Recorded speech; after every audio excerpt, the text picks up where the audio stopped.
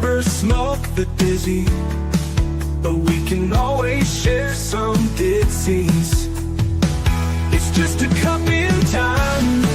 This song doesn't have to run. Life's all of us, not every moment we can be feeling fine.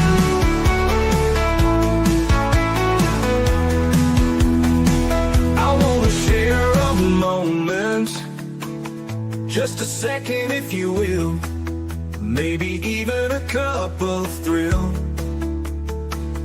We could share this performance. It's tea time, come sit with me. Well, welcome, guys. That's right. Miss Liz is in the house in the morning. That's right. Morning tea time. You can have tea time at any time, morning, afternoon, and evening. I want to thank everybody for tuning in. This is a rescheduled tea time with Scarlett Lewis.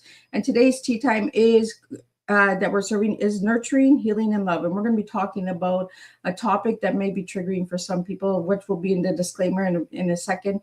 And then we're going to get out some good information about the Choose Love movement and all the incredible books that Scarlett Lewis has written. So let's start with the disclaimer and a beautiful intro. But before we get started with all that, you guys know how Miss Liz rolls. Go over to Facebook, LinkedIn, TikTok, Instagram, all those podcast apps, Spotify, Shopify, and not Shopify. I don't know where Shopify keeps coming in, but Spotify, Podbean, Listen Notes, all those good platforms. Give those a like, follow, and subscribe, and get these tea times out there because they do make a difference for the guests and for the listening audience that resonates with the stories. Disclaimer for Miss Liz's Tea Time live show. Miss Liz's Tea Time is a global platform dedicating to sharing real life stories, diverse perspectives, and meaningful conversations that inspire awareness, healing, and connection. I'm Miss Liz is going live using StreamYard. Before leaving a comment during the live broadcast, please grant StreamYard permission to display your name at StreamYard.com. Please be advised that all the content brought forward during any Tea Time show is presented in good faith. However, discussions may include opinions, beliefs, and perspectives that do not necessarily represent the views of Miss Liz or the Tea Time platform. Information shared by guests is based on their own experiences and is perceived to be accurate at the given time of airing. All guests, viewers, and participants are responsible for using their own good judgment when considering any action or decision that may relate to these discussions. Some episodes may cover sensitive topics, including but not limited to trauma, abuse, grief, mental health, and other emotionally triggering subjects. Listeners and viewers' discretion is strongly advised. Tea Time with Miss Liz is an open discussion forum designed to offer insight, inspire awareness, and create connection. It is not a substitute for professional, medical, legal, or therapeutical advice. If you require professional support, please seek assistance from qualified professionals or trusted resources in your area. If you have any questions regarding this disclaimer or the content of this discussion, you are welcome to contact me, aka Miss Liz, directly at my email at bookingmissliz@gmail.com or visit my link tree at Miss Liz's Tea Time. By choosing to participate in, comment on, or view these live shows, you acknowledge and accept this disclaimer. Your participation is entirely voluntary. I, Miss Liz, welcomes you to join the conversation with an open heart. And if at any time you feel this platform is not right for you, I respect your wishes and decision and welcome you back whenever you are ready. Tea Time with Miss Liz is serving truth and awareness one cup at a time. Well, welcome to Tea Time with Miss Liz, where some conversations ask us not just to listen, but to feel, to reflect, and to choose who we become because of what we hear. Today's guest brings us a story that holds both heartbreak and hope, and a message that continues to change lives around the world. Please join me in welcoming Scarlett Lewis, the founder of Jesse Lewis Choose Love movement. Scarlett is the mother of Jesse Lewis, a 6-year-old boy whose life and courage became the foundation of a global movement rooted in love. After experiencing unimaginable loss, Scarlett chose a path that many would find impossible. She chose to turn pain into purpose. When she returned home, she discovered a message Jesse had written on their kitchen chalkboard: nurturing, healing, and love. Those 3 words became more than a message. They became a mission. Through the Choose Love movement, Scarlett now helps individuals, families, and communities build safer, more compassionate environments through emotional awareness, connection, and intentional choice. So today I invite you to grab your cup, open your heart, and lean in gently. This tea time is about courage, healing, and the power we all carry to choose love, even in life's hardest moments. Let me get Scarlett in here and let's spill some tea together. Welcome, Scarlett. Thank you so much, Miss Liz. Appreciate you. It is a pleasure to have you here, Scarlett. I have wanted to get this story out for so long. So, Scarlett, let's start with who was Scarlett as a little girl and who is Scarlett now? And then I want to get into the mom of Scarlett.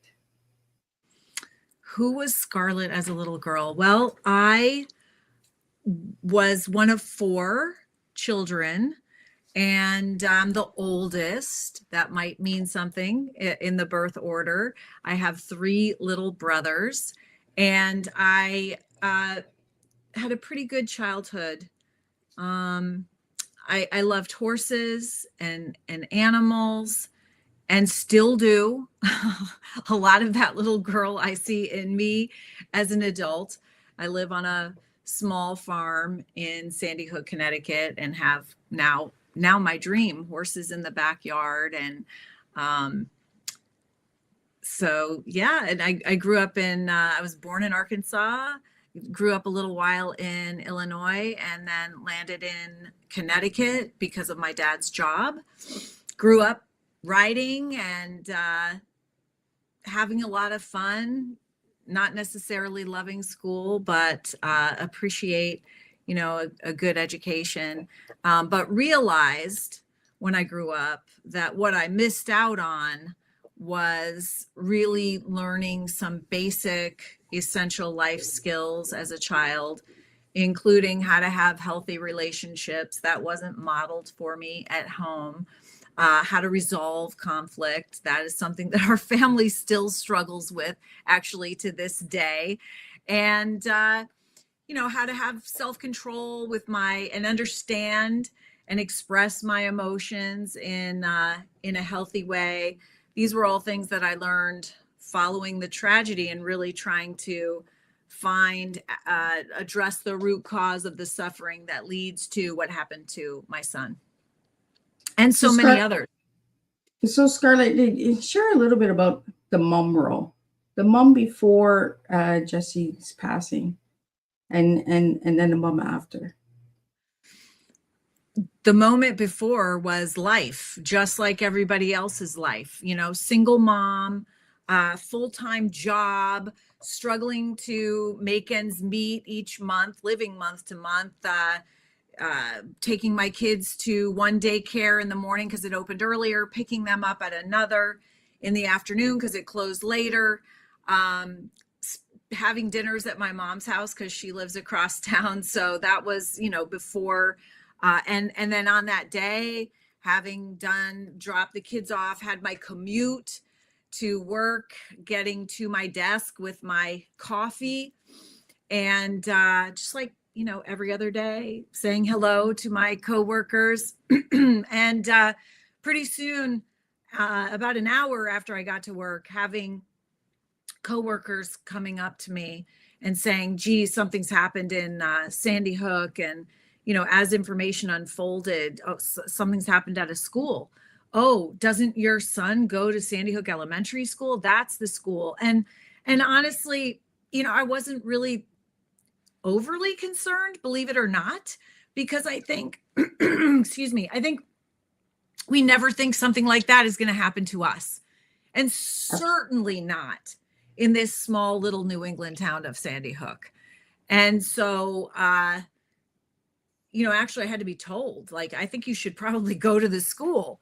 And so on my way, I had a 45-minute commute. So on my way, I had people updating me, a teacher was shot in the foot. And really, your brain, tries to make sense of what's going on. So, it makes up stories. And I thought, oh, well, it's probably a domestic dispute and probably a boyfriend came in and, gosh, Jesse's going to be scared. I need to get there and pick him up. He probably will have the rest of the day off and, like all these things. And, but, really not realizing at all the severity of what was going on until I was close to the school, saw military helicopters and, people running all over in chaos and every police car in the state already there. Remember, I had a long commute. I was one of the last parents to get there.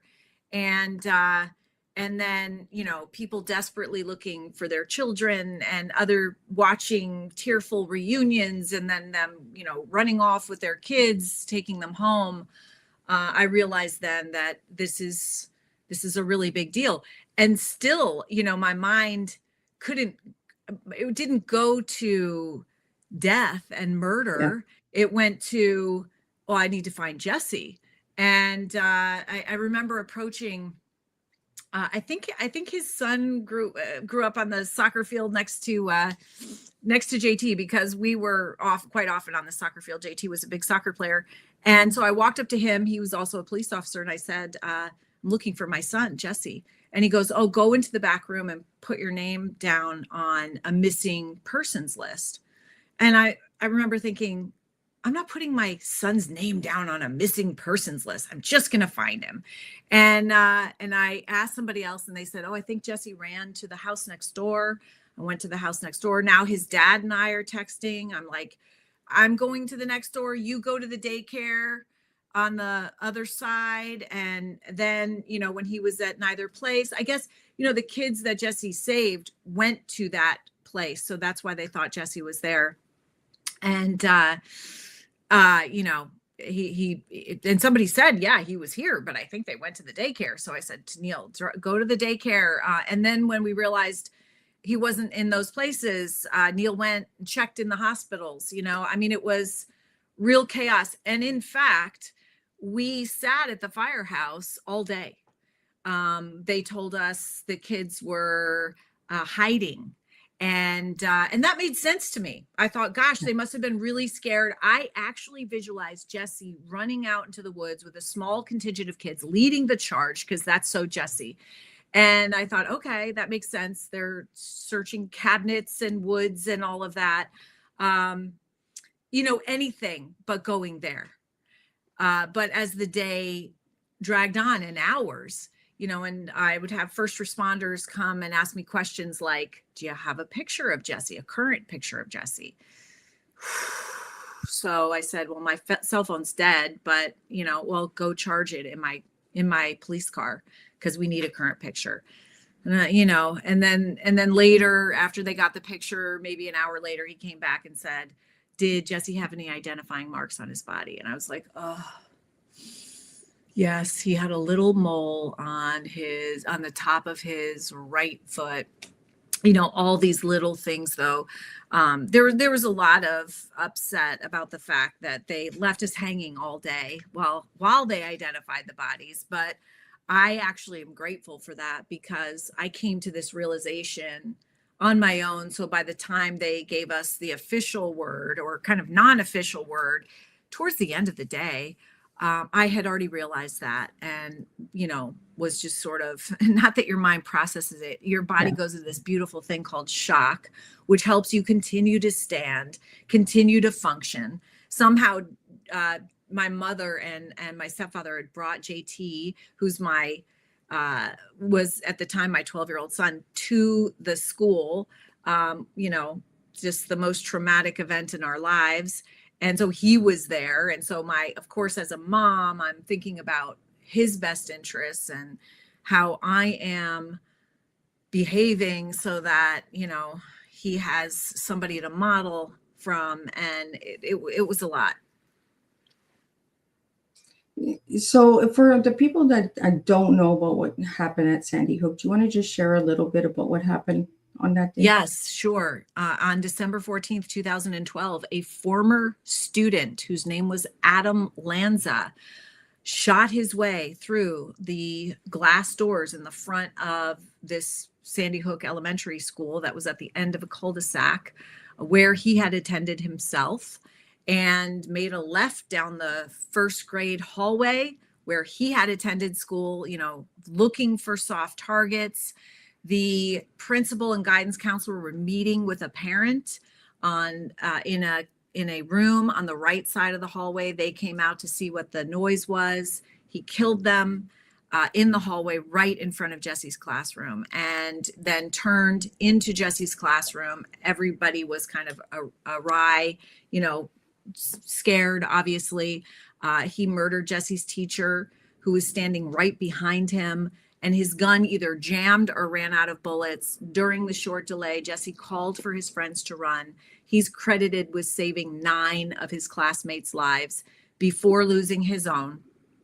And then the shooter, Adam, went to the second classroom where all the kids were huddled in a bathroom, and he murdered all of them except for one standing in a corner. In the end, there were 28 lives that were lost. You often hear 26, but I always have said 28 because before Adam left that morning, he killed his mother in her bed and then went to the school, murdered 20 first graders, 6 educators and administrators, and then himself. So that equals 28. There were 28 lives lost that day. Is that one of the biggest school shootings in the United States? It is the worst mass shooting in an elementary school in the US. The reason that I wanted to have you on, Scarlett, was to bring awareness because we just had a school shooting here in Canada, I believe a month ago. Do you, through the Choose Love movement, do you bring awareness to the red flags and signs that we can look for? So what we do is address the root cause of violence, substance abuse, and mental illness. Really what we do is the number one most overlooked aspect of school safety today. And if you look at the Department of Homeland Security's pathway to violence, you can look it up on the internet. It starts with a grievance. We know how violence happens, and it escalates through a few steps: ideation, preparation, up into an attack.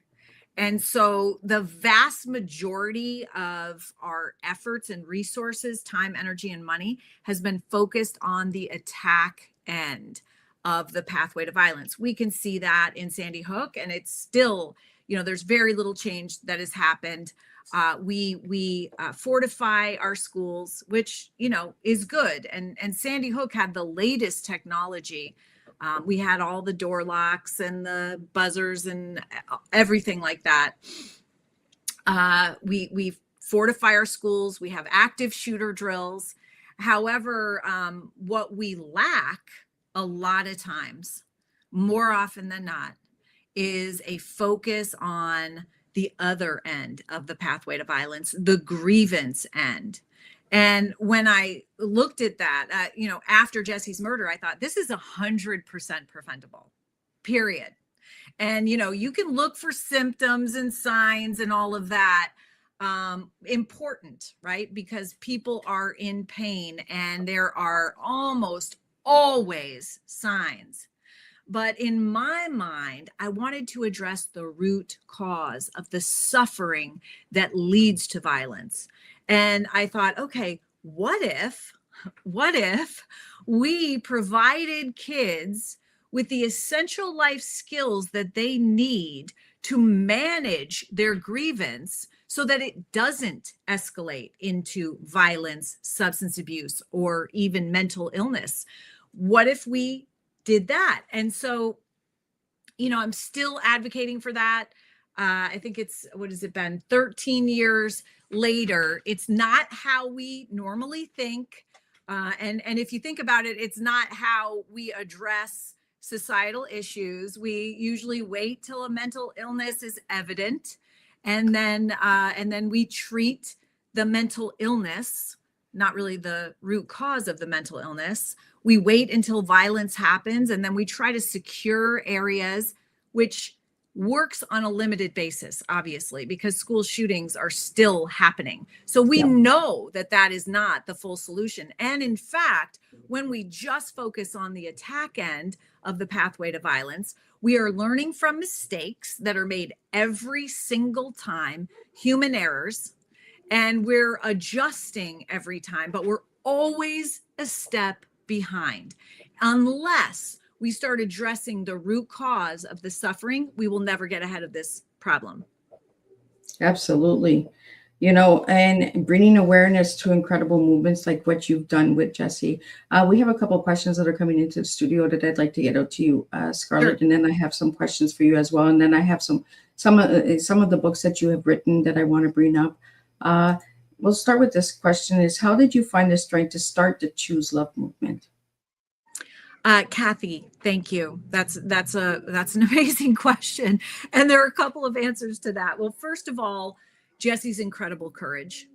I mean, when your 6-year-old son stands up to a school shooter and saves 9 of his classmates' lives, and he's 6, it's like you got to up your game there. Also, I started out with a tremendous faith. I'm a Christian. I knew where Jesse was in perfection. I knew I never had to worry about him again. I knew that I would see him again. That added a lot of strength for me as well.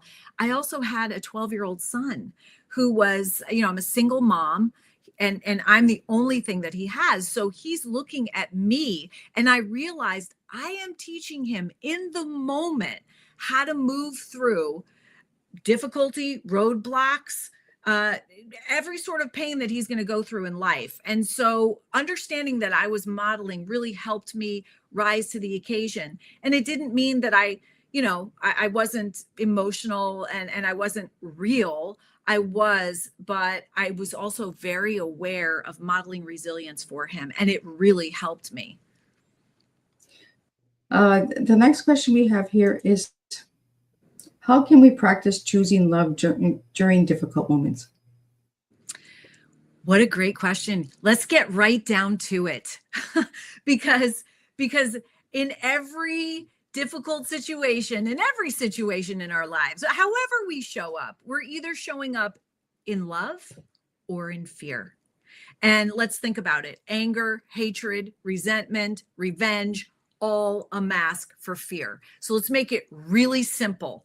Love or fear. And we know that there are difficulties that we face every single day.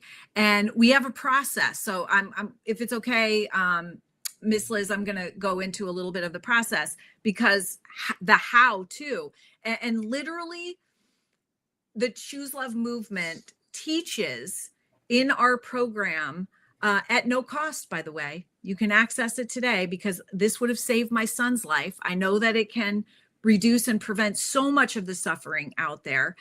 We walk you through a universal formula that helps return your locus of control or your personal power to yourself, where you believe you can make positive change for a better future.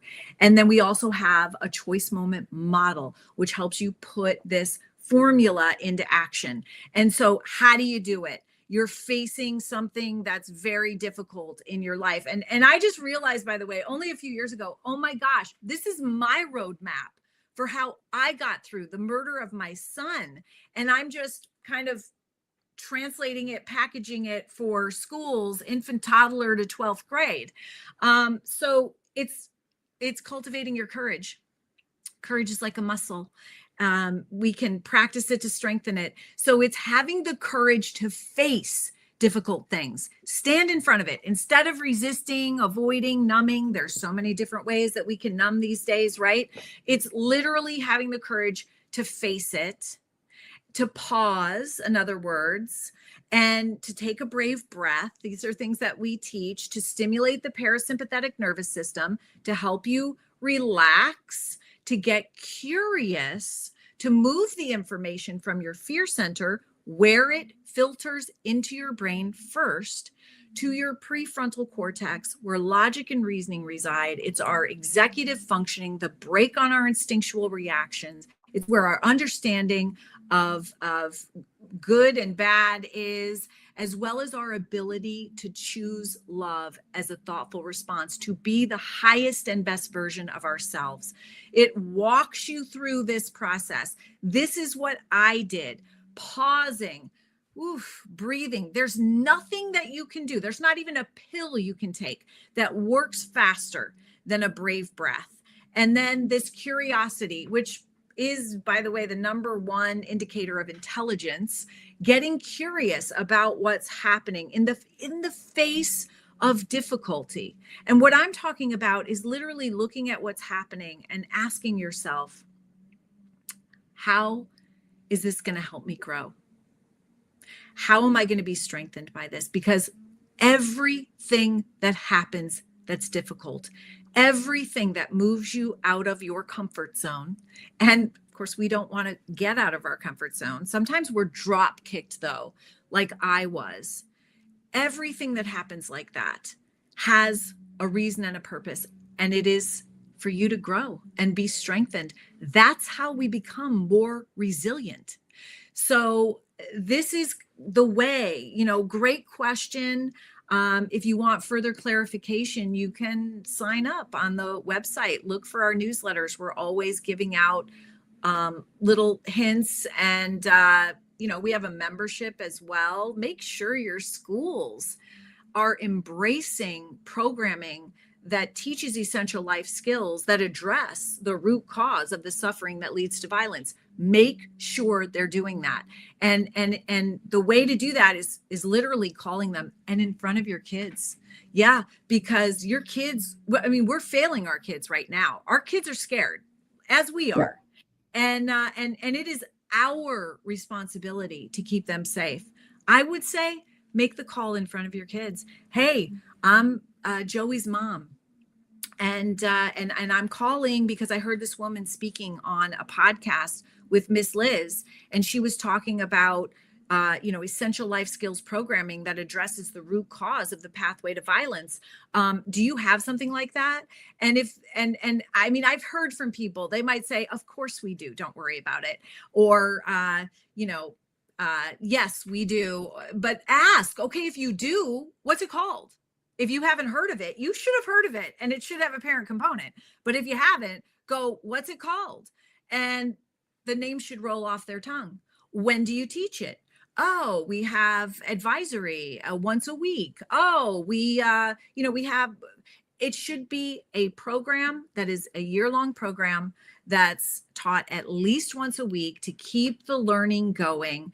There should be a component for the teachers, for the parents, for the community, and they should be able to explain it to you and be happy to explain it to you. And here's the benefit that you get from doing that.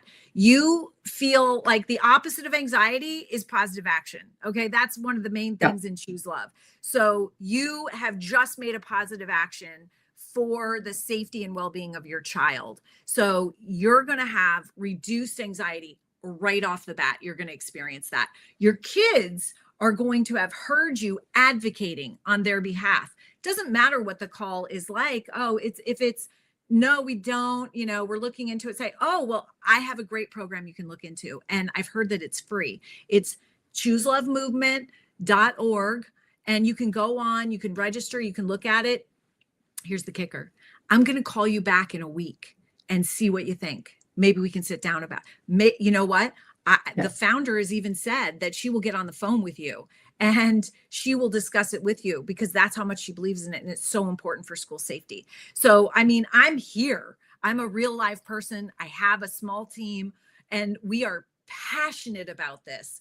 We want to save lives. And this is not the normal conversation that people have. This is not the billion-dollar industry that has, come up around hardening schools. And I'm not dissing it. It's important. But equally as important is proactive prevention because we can prevent the suffering that leads to violence. Hurt people. It's that simple. It's not rocket science. And so you can help people take that pain and teach them to learn, grow, and be strengthened by it instead of taking themselves down and others along with them.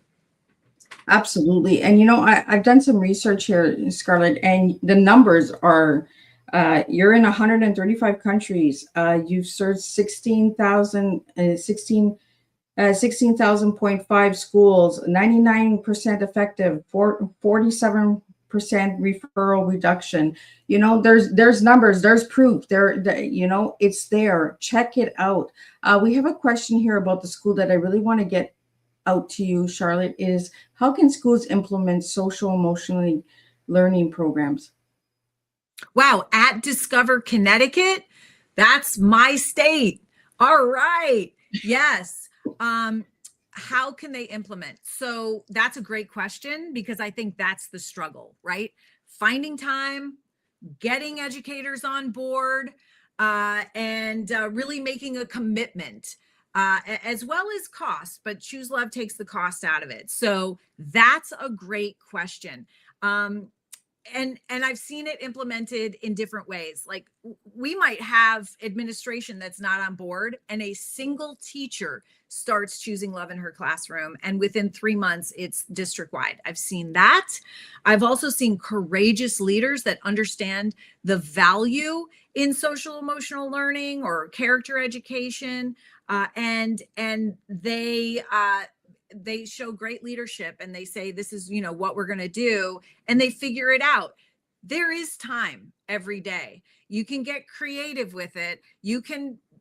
Social and emotional learning is like, it really even shouldn't be looked at like a program that's taken off a shelf. Like, if you choose love, do the Choose Love for schools, and you use it once a week, you should be furthering that practice every single day. It's actually a skill and a tool that we use every single day in every interaction.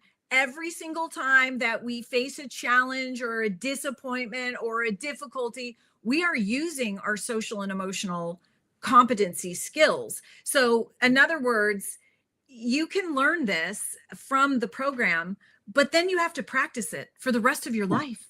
And you might think you've mastered it at one point, and life throws you a curveball. And so now, though, you have this invisible tool belt where you have the skills and tools to deal with anything with strength and grace. And you just pull them out and you go, okay, this is a different situation, but I have the skills and tools. How do I use it here? These are skills and tools that universities are looking for, employers are looking for, and value highly above all else.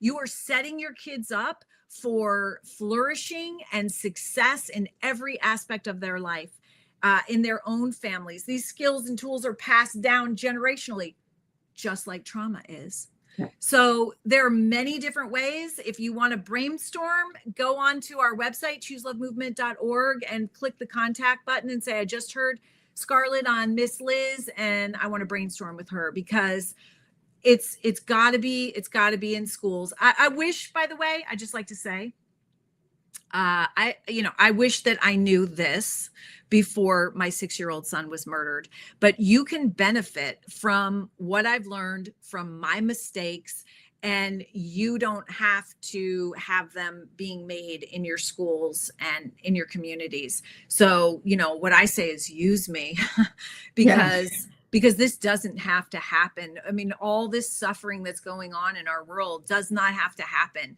The vast majority of it can be proactively reduced and prevented with essential life skills, like what we teach in Choose Love. Well, we have a question here about teaching. So how can parents teach children compassion effectively? What a beautiful question. And thank you for that. And the most effective way to teach something is to model it. So compassion is, we have this formula, is courage plus gratitude plus forgiveness plus compassion. And we do have a home program on the website, and we have a membership. If it's a low cost per month, but you get calendars, you can put them on your fridge, and they're positive actions that you can take every single day with your child to show compassion, to practice forgiveness, to have a grateful heart, to practice that courage muscle so we can face hard things in our life and grow through them. And so I would say the most effective way is just to show it yourself. And it's, this stuff isn't easy. It's simple. Oh, it's so simple what she's saying. Sure, it's simple, but it's not easy, or everyone would do it. Yeah. When somebody's mean to you, and I'm talking to kindergartners, but it applies to us adults as well. Somebody's Absolutely. Mean to you, it's hard to pause, take a brave breath, get curious about what the pain is behind that meanness, and then thoughtfully respond with compassion. That's hard. But I tell you what, if you do that in front of your kids, that's how they learn. And that's how you rewire your brain through neuroplasticity towards love and away from fear. It not only benefits your kids, it benefits you too. And literally, like every day, all the difficulty that we face and the pain are all opportunities for learning and growth. Absolutely. You know, and Scarlett, I say this all the time to my children and my grandkids. Grandma wants to be the example. So we're just serving real tea. We're serving a lot of the guests that I have on have gone through so much trauma, so much abuse, mental health, society, you know, dividing and that. And so many have turned their pain into purpose. And that's what Choose Love movement is, you know, taking a hard time and making it a difference. I want to bring up the book because we have a question here about nurturing, healing, and love. And I'm also going to bring up the book so people can see. Is this Jesse's handwriting on this book? That's not Jesse's handwriting. That was, you know, Jesse phonetically spelled nurturing, healing, love. So it wasn't spelled that way. And it was a little hard to read, but it definitely said that. And there is a picture of the chalkboard in that book. I still have the chalkboard. My dad covered it with plexiglass, so it would always stay there. But I tell you what, that right there brought it all home for me. I realized that's the solution right there. And it's so simple. If Adam Lanza had been able to give and receive nurturing, healing love, the tragedy would never have happened. It was so incredibly simple. And, but as I said, you know, simple isn't easy, but I believe, you know, I know that, those aren't the normal words that, a 6-year-old would say. People have asked me, oh, did you go around saying nurturing, healing love? No, I did not. Was he learning that in school? No, he wasn't. So I truly believe, because I'm a spiritual person, that was a message that came through him. I found that after his murder. So he wrote that sometime shortly before. But I believe in that as the solution so much that, Miss Liz, here I am 13 years later. I've dedicated my life to spreading this message, and I do it, you know, 24/7, and I have gratitude in my heart for doing it. So we have a question here. What inspired this? Beautiful, Brandon. Brandon, thank you for asking that. I mean, you know, if you're asking about the message of nurturing, healing, love, I truly believe that it was divinely inspired. I believe it came through Jesse. I mean, that's not, those 3 words aren't words that a 6-year-old would say. And Jesse wouldn't say either. I love Jesse. He was very mature for his age, but obviously a protector, but he didn't walk around talking like that. So I was blown away. I was changed forever when I found that message. And I realized this is my life's purpose. You know, so often, through painful events, we can find purpose. And, you know, I think I was a fairly decent person before the tragedy, but I didn't live my life in service. And somebody asked about compassion earlier. You know, I strive every single day to give love. And here's the amazing thing. The research behind compassion shows that all love, and I say the nurturing, healing love that you give out, you actually get back, which is absolutely amazing. And that's the research. Can you imagine a world? This is what we teach in Choose Love. Can you imagine a world where people understood that the nurturing, healing love they give out, they get back? It'd be a different world. Absolutely. So we have a question here coming in from Uganda, and it's, you truly raised a hero. Do you know what inspired Jesse to write nurturing, healing, love on the kitchen chalkboard? You know what? I think that it's spiritual, and that's the only thing that I can say, because, it didn't come from home, it didn't come from school. And the only explanation that I have is that it was a spiritual message that was coming through him. And it was meant to be shared with the world. Sandy Hook, the international tragedy, gave me a platform to share this message. And it's not a usual message that's shared following a tragedy. And I do want to say, I had a thought process afterwards, and so many people were moving towards anti-movements, and there was a lot of pressure for me to join them as well. And I literally had a thought. Remember, I'm thinking about modeling for my 12-year-old son.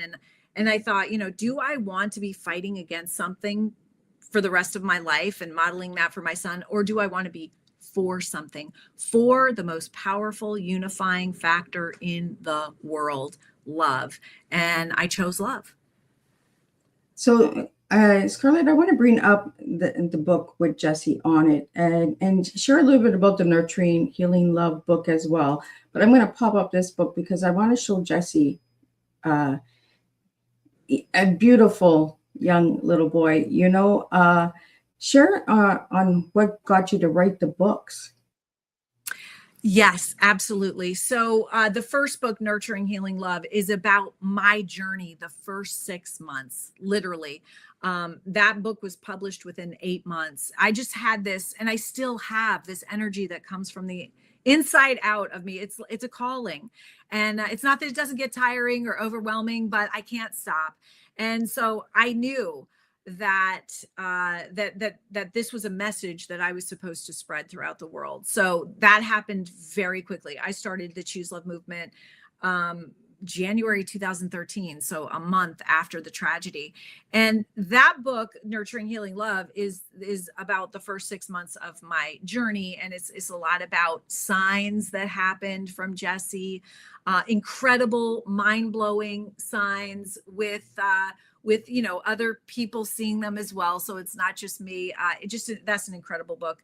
And then, this book is more about the movement that came out of that tragedy. It's more about the Choose Love movement. It's about the formula a little bit. It's about it's a lot of testimonials, because this formula and this choice moment model is universal.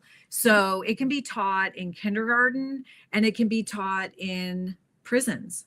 And it's the same formula and the same model. And in fact, we do teach it in prisons with incredible success, just like in schools. And those inmates say, wow, if we had known this as a child, we would have been able to choose love. We would have chosen love. I mean, obviously that's the choice that you want to choose, but they didn't know they had a choice. And how would you if you weren't given that option? So it's universal. So it talks about all the different places that have implemented, and we have some pretty high level people in there that are sharing their experience. What I love is also educators sharing how it changed their life, as well as the students. Somebody from Connecticut, I think, asked, how do we implement this? Well, you need to get teachers buy-in.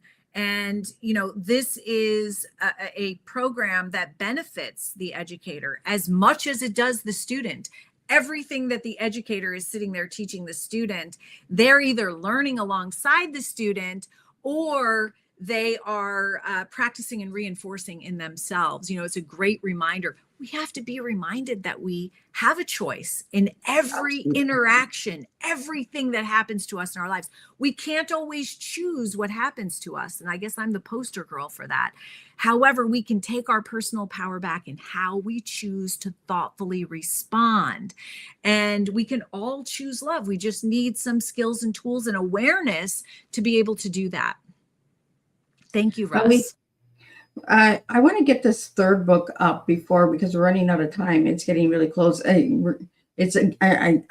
appreciate all the questions, but I really want to get these books out because I want people to check these books out. I want people to check out the Choose Love movement. Choosing Love, A Pathway to Flourishing. What is this book about?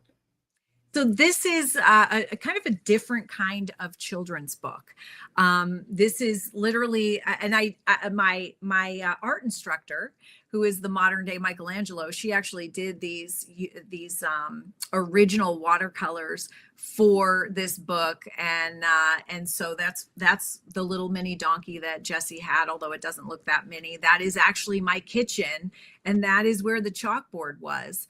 And so this is a book. So I love to read to my kids, and we know how important reading is, especially in this day and age of screens.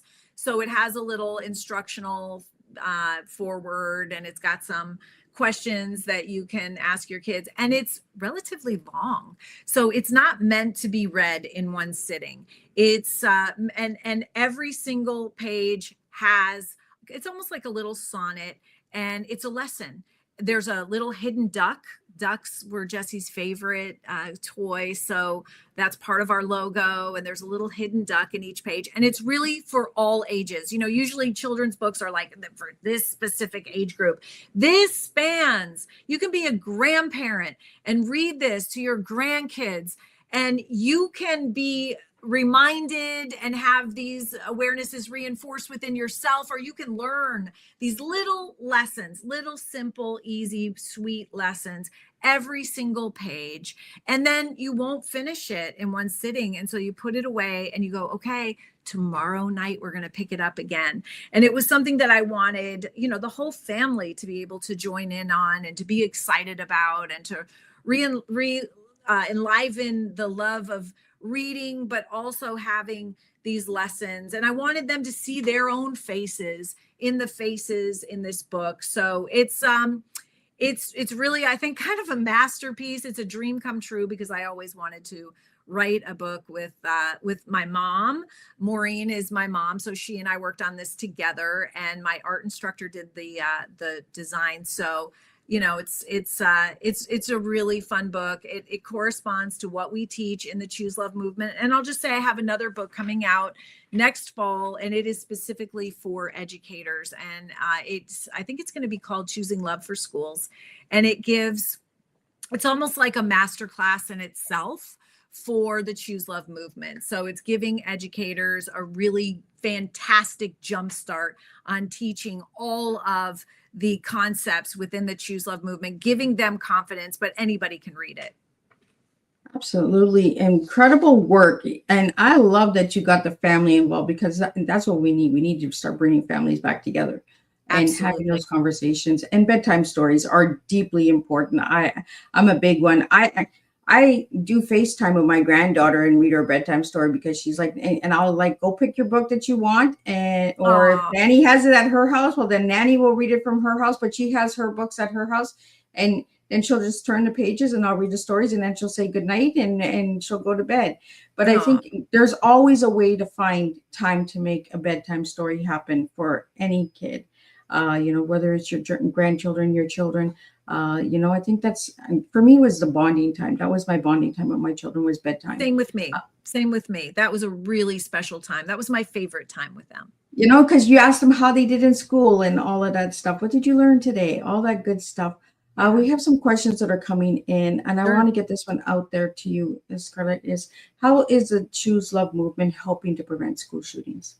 That's a great question. So the Choose Love movement addresses the root cause of the suffering that leads to school shootings. So here's the interesting thing, and you can start looking for this now too. So with Sandy Hook, they never came up with a motive.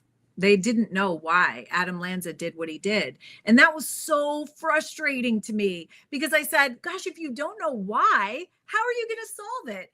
And if you look at a lot of the school shootings that are covered in the media, a lot of times they do not have a motive. And so that's what really frustrated me. And I decided, well, you know, obviously the motive is pain, right? Because hurt people, and people that feel good about themselves and have healthy connections and are thriving don't want to harm themselves or other people. So I created a motive. I mean, the motive is pain. So I created a program that addresses that pain. And it's kind of interesting, because I mean, my parents never said to me, hey, life is going to be painful. You know, you're going to experience pain, and we're going to teach you how to face that pain and learn, grow, and be strengthened by it. It's a concept called post-traumatic growth. Now, everybody that's listening right now has heard about PTSD. Yep. Very few have heard about PTG.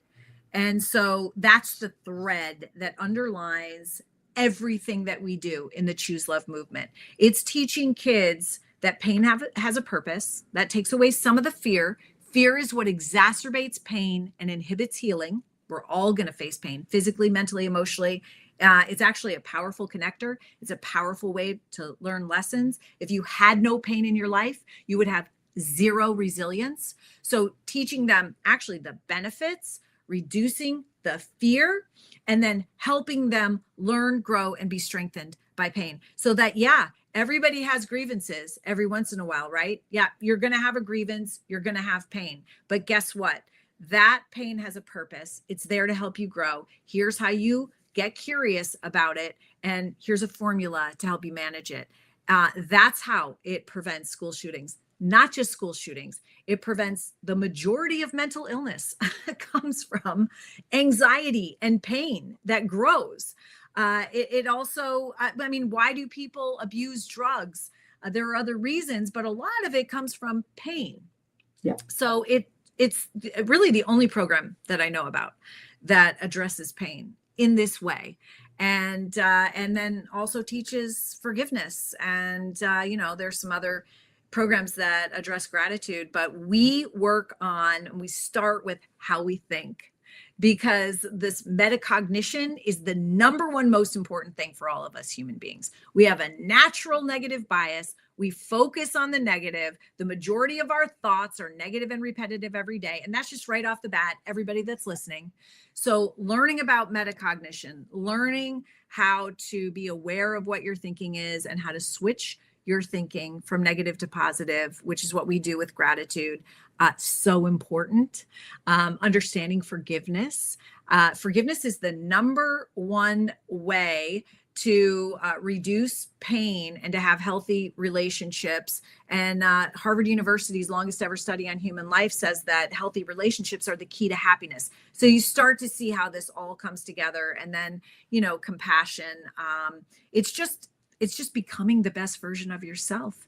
And that's what we all want. And that's what life is, a journey. And we're supposed to be learning and growing and becoming better every single day. You are not the same person that you were yesterday, because you've learned and grown, whether you realize it or not.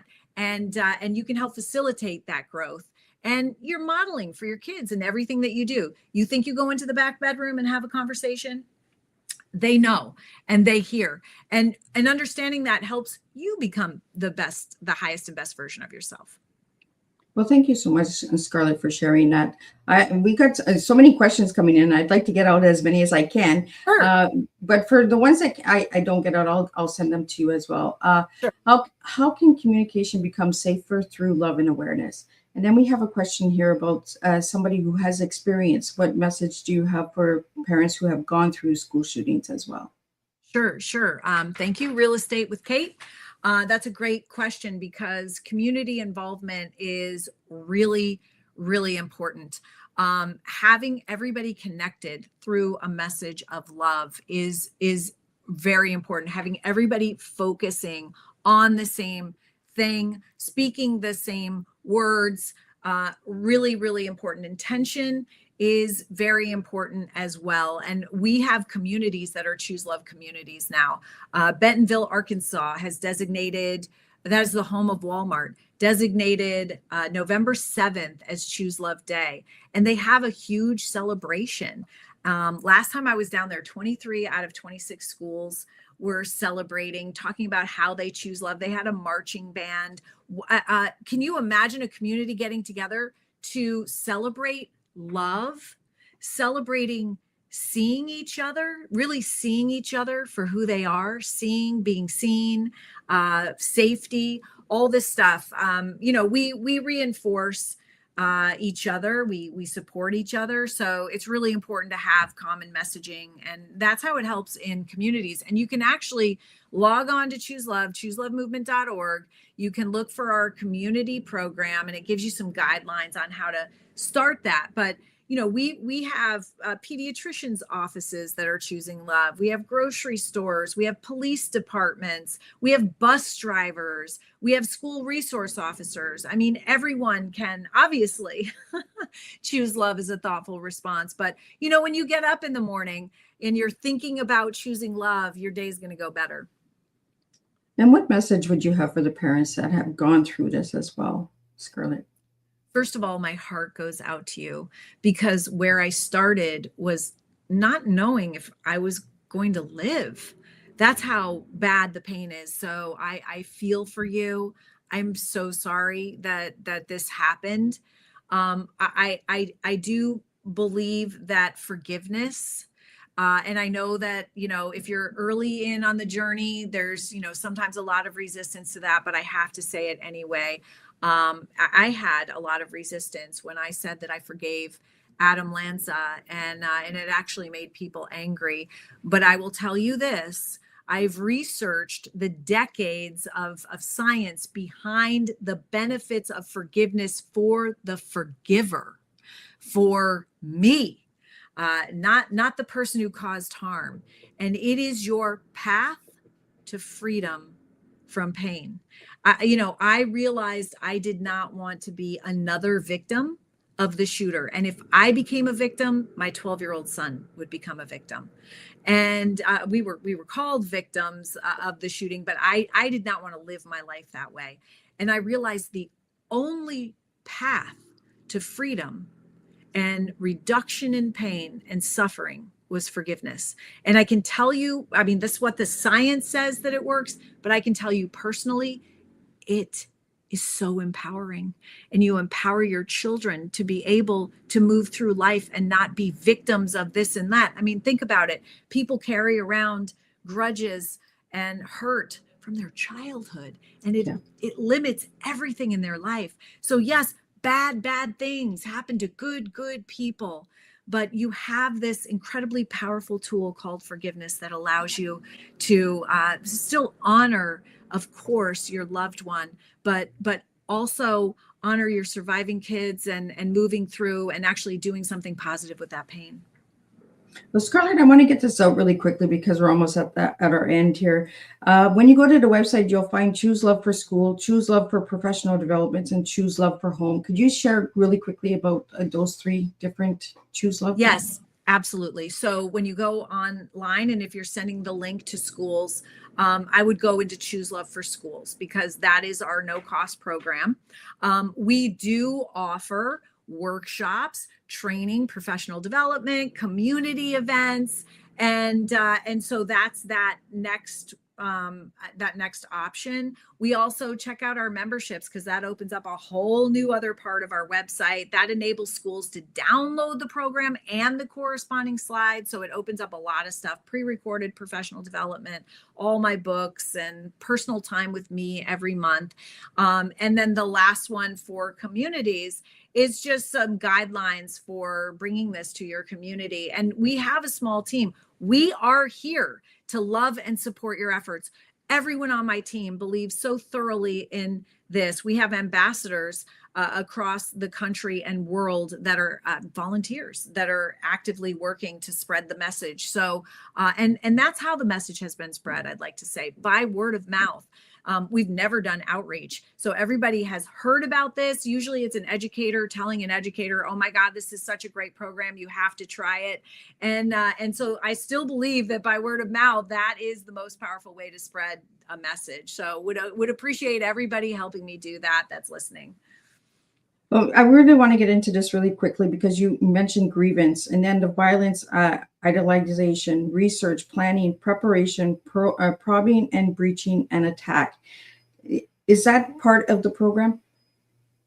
So we address the grievance end. You know, we're not technical on the pathway to violence, but we give the skills and tools to manage the grievance. We are proactive and preventative. I mean, in reality, we can reduce and prevent the suffering that leads to a school shooting. I mean, it's possible in every situation. So yeah, it's important because there are kids out there, there are adults out there that are in so much pain and they don't have any skills and tools. So all they know is to put their pain on themselves and other people. And that's what you read about. And so, yeah, important to know that pathway to violence, important to have some security measures in place at your school, 100%. But equally as important are the programs that focus on the grievance end, that give kids the skills and tools to manage that grievance. So important. And Scarlett, do you speak like in schools and prisons and organizations and that as well?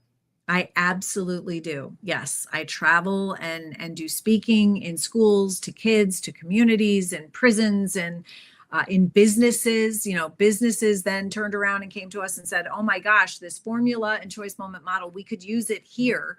And so, yes, I speak, and there's a speaking form on the website as well. We have a media kit if you want more information. Absolutely. Could you just shout out the website for all the audio listeners out there? And what is your Yes. final message to everybody today? Yes, please. So the website is chooselovemovement.org. Chooselovemovement.org. And I think my final message would be one of hope. There is something that we can do.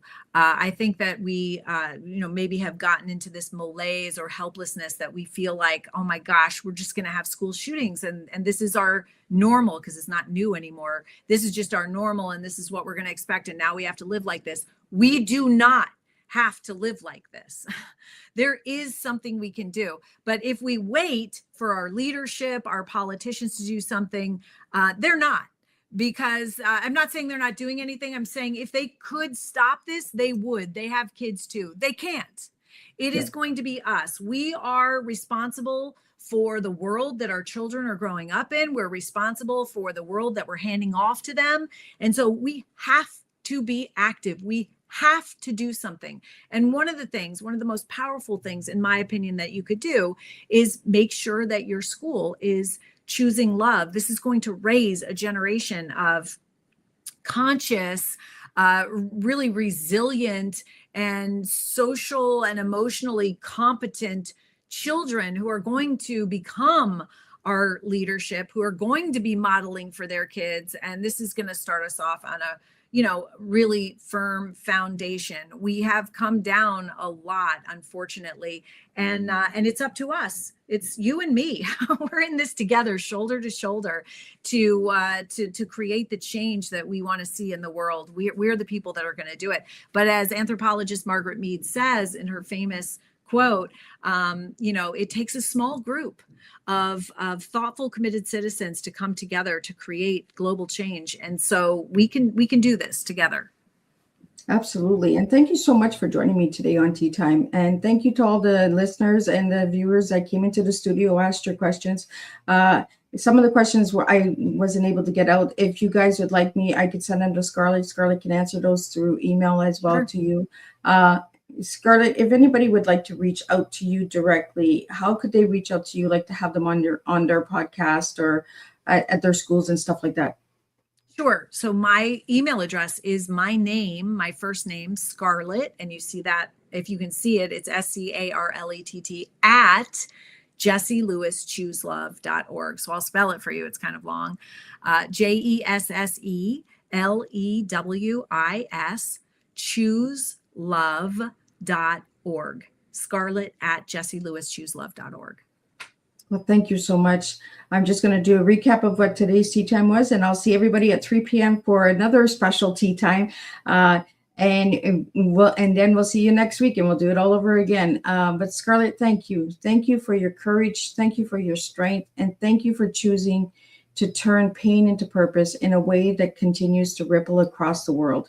Today, we were reminded that love is not just something we feel. It is something we choose in our actions, in our responses, and in how we show up for one another. Jessie's message, nurturing, healing love, is not just something we heard today. It is something we now carry forward. Here is something to hold on to after this tea time. In every moment, especially the difficult ones, we are given a choice to react from pain or to respond with love. To everyone listening, you can make a difference. You can start by choosing kindness in your daily life.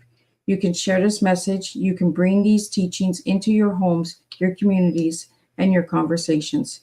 Because change begins with a choice, and that choice is love. Until our next cup, share, keep choosing love, keep choosing awareness, and keep becoming the change you wish to see in the world. And I'll see everybody at 3 p.m. with the next tea time.